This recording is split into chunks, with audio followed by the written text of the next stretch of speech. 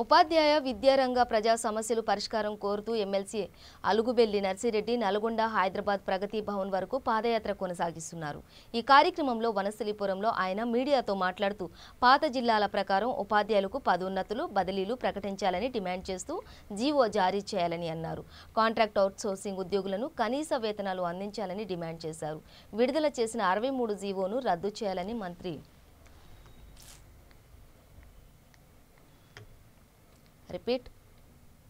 విడుదల చేసిన 63 జీవోను రద్దు చేయాలని డిమాండ్ చేశారు। వెంటనే ముఖ్యమంత్రి జోక్యం చేసుకుని తమ డిమాండ్లను పరిష్కరించాలని అన్నారు। వ్యవసాయ చట్టాలను రద్దు చేయాలని, నిత్యావసర సరుకుల సవరణ చట్టం అమలు అయితే కరువు ఏర్పడుతుందని అన్నారు। ప్రాథమికోన్నత పాఠశాల ఉపాధ్యాయులకు ఎమ్మెల్సీ ఎన్నికలలో ఓటు హక్కును కల్పించాలని వారు డిమాండ్ చేశారు।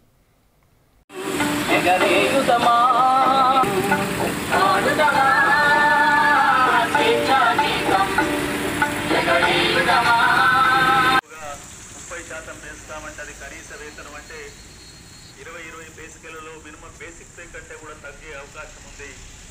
అందుకు పనిచేస్తున్న కాంట్రాక్ట్ అవుట్సోర్సింగ్ ఉద్యోగులు కానీ, ఉపాధ్యాయులు కానీ, అధ్యాపకులు కానీ ఎవరికైనా 20 ఇస్తున్నాను, అది న్యాయమని చెప్పి కోరుతున్నాను, విజ్ఞప్తి చేస్తున్నాను। రాష్ట్రంలో యూనివర్సిటీలు ఆచార్య పోస్టులు, సహాచార్య పోస్టులు భర్తీ చేయకపోవడం వల్ల కూనారిల్లిపోతున్నాయి। 7 సంవత్సరాల నుంచి భర్తీ లేదు। ఇప్పటికైనా వెంటనే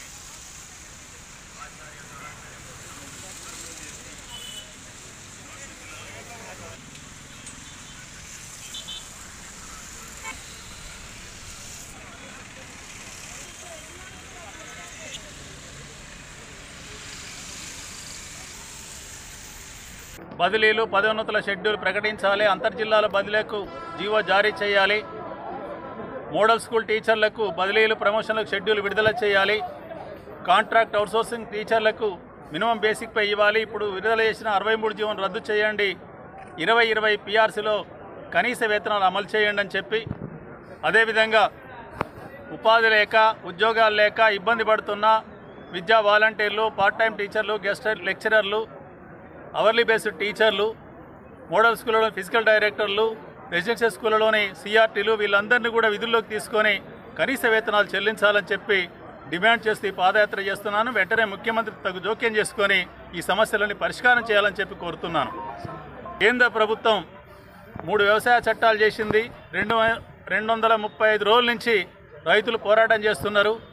ఇంకా ఆ ప్రభుత్వానికి కనీస జ్ఞానం కలుగుతున్నట్టు కనిపిస్తలేదు। వెంటనే వ్యవసాయ చట్టాలు 3ంటిని రద్దు చేయాలని, చేయకపోతే నిత్యావసర సరుకుల సవరణ చట్టం అమలైతే ఈ దేశంలో మళ్ళీ తిండి కరువు వస్తుంది।